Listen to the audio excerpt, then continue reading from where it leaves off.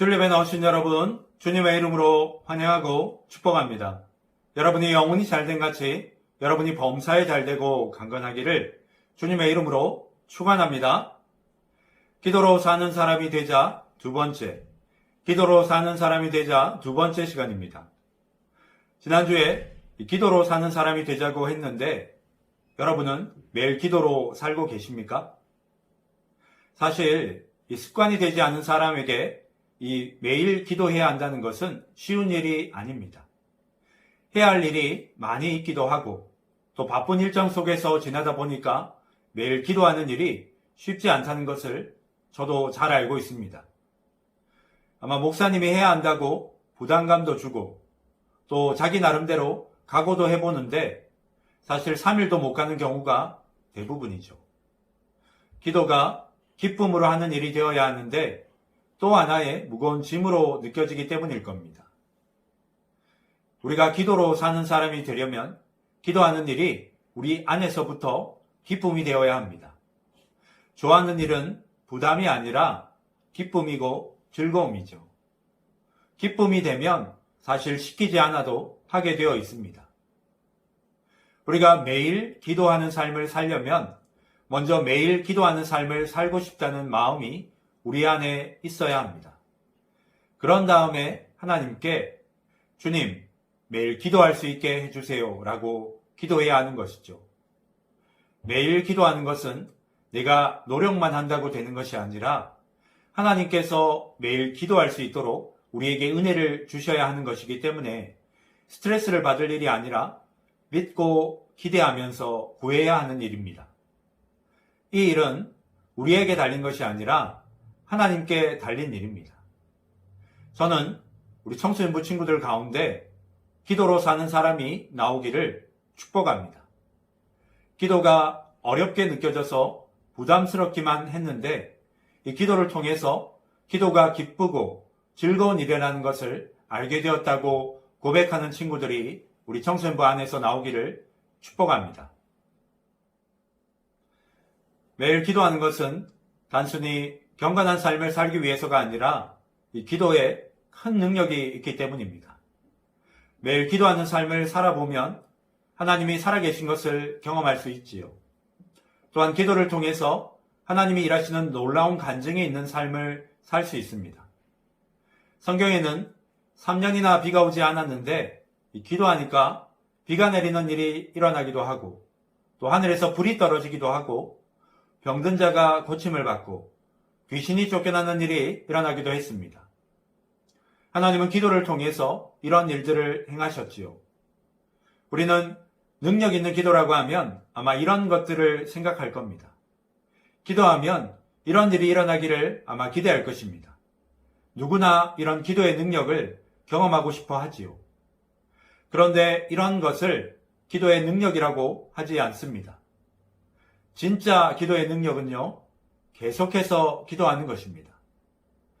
기도를 하다가 말다가를 반복하는 것이 아니라 하나님이 일하실 때까지 계속해서 기도할 수 있는 것이 진짜 기도의 능력이죠. 가장 강력한 기도의 능력은 계속해서 기도하는 데 있습니다. 계속해서 기도하려면 그러면 어떻게 해야 될까요? 오늘 말씀을 보면 모든 기도와 간구를 하되 항상 성령 안에서 기도하고 이를 위하여 깨어 구하기를 항상 힘쓰며 여러 성도를 위하여 구하라 라고 말씀합니다. 바울은 기도할 때 성령 안에서 기도하라고 말씀합니다. 성령 안에서 기도하라는 말은요, 이 기도를 인간적인 열심이나 노력으로 하지 말라는 것입니다. 그렇게 기도하게 되면 사실 금방 지치기도 하고 기도하는 일이 힘들게 느껴집니다. 그러면 기도에도 능력이 나타나거나 응답의 열매를 찾기가 힘들지요. 나는 한번 한다면 하는 사람이야 라고 하면서 이 성령의 능력이 아니라 탁월한 의지나 노력으로 기도를 하는 사람도 있습니다. 이런 사람들의 특징을 보면요, 기도를 많이 한다고 자랑하는 경우가 많이 있습니다. 하루에 몇 시간씩 기도를 한다거나 또 평소에도 기도를 많이 한다는 말을 주변에 자주 하죠. 또한 기도 안 하는 사람을 보면 한심하게 생각하기도 합니다. 무슨 문제가 생기면 일주일 정도 금식하면 되겠네 라고 이야기를 하면서 보통 사람들의 길을 꺾어 놓는 경우도 있지요. 기도를 많이 한다는 것은 대단한 일입니다. 그러나 이런 사람은요, 성령 안에서 기도하는 사람이 아닙니다. 성령 안에서 기도하는 사람은 자기를 드러내거나 자랑하지 않기 때문이죠.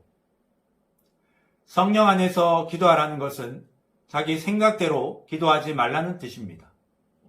많은 크리스천들이 기도하다가 이 좌절을 하는 이유는 자기 생각대로 기도하고 자기가 원하는 대로 응답되기를 바라기 때문이죠.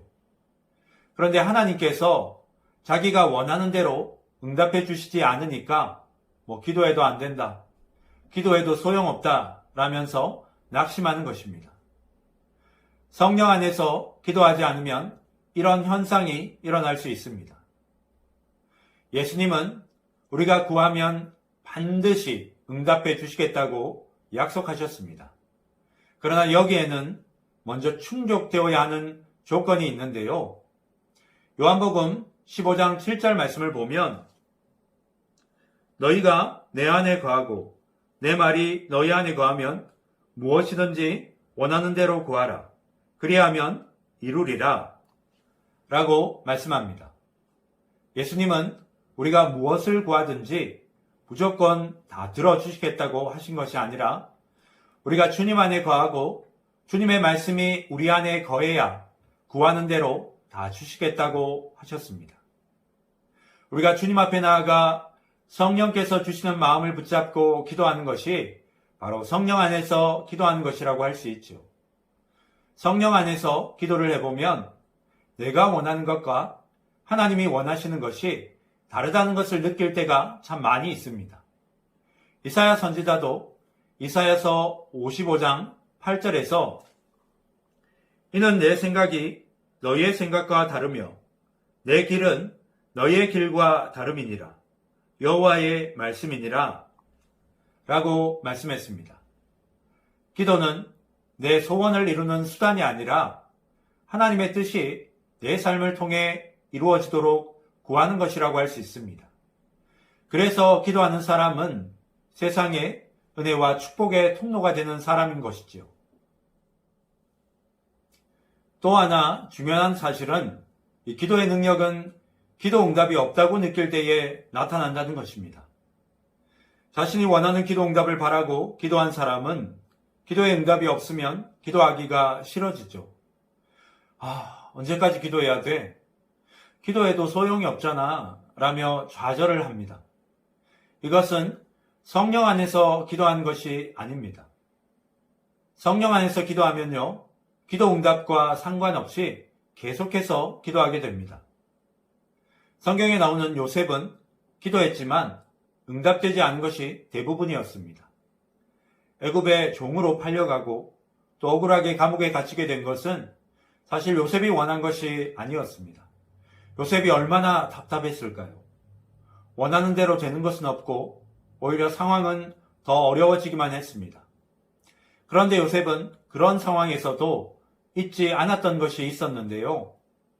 창세기 39장 2절에서 3절을 보면 여호와께서 요셉과 함께 하심으로 그가 형통한 자가 되어 그의 주인 애굽 사람의 집에 있으니 그의 주인이 여호와께서 그와 함께 하심을 보며 또 여호와께서 그의 범사에 형통하게 하심을 보았더라 라고 말씀합니다.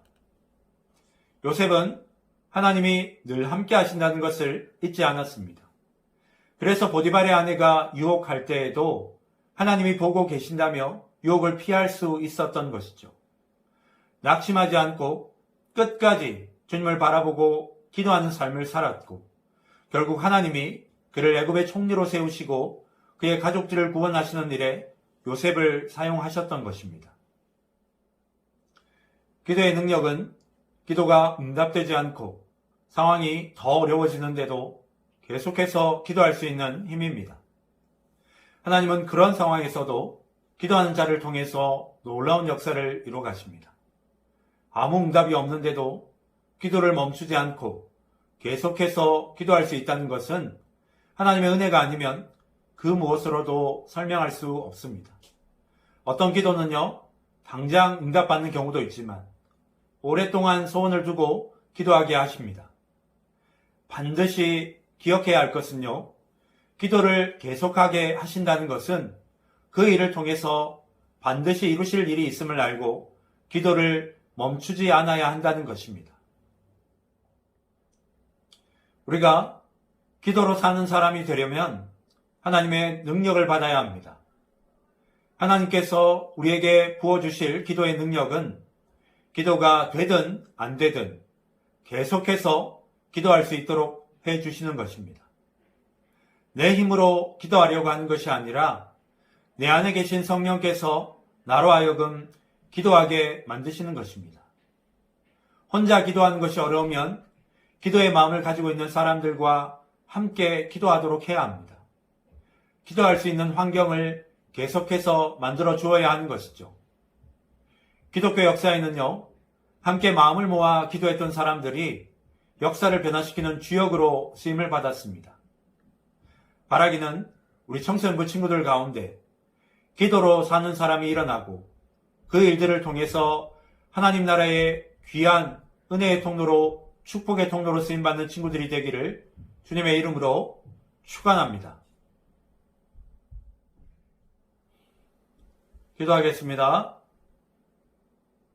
주님, 기도할 때 기적이 일어나고 내 인생의 문제가 해결되는 것도 중요한 일이지만 어떤 상황들 가운데서도 기도를 포기하지 아니하고 계속해서 기도할 수 있는 하나님의 사람이 될 수 있기를 소원합니다. 낙심하지 않고 절망하지 않고 끝까지 주님을 바라보며 계속해서 기도할 수 있는, 그래서 요셉과 같이 하나님의 뜻을 이루는데 쓰임받는 하나님의 사람들이 우리 청소년부 가운데 일어날 수 있도록 주여 우리 청소년부 친구들과 우리 선생님들을 기도의 주역이요 기도의 일꾼으로 사용하여 주시옵소서. 감사드리며 예수님의 이름으로 기도드립니다. 아멘.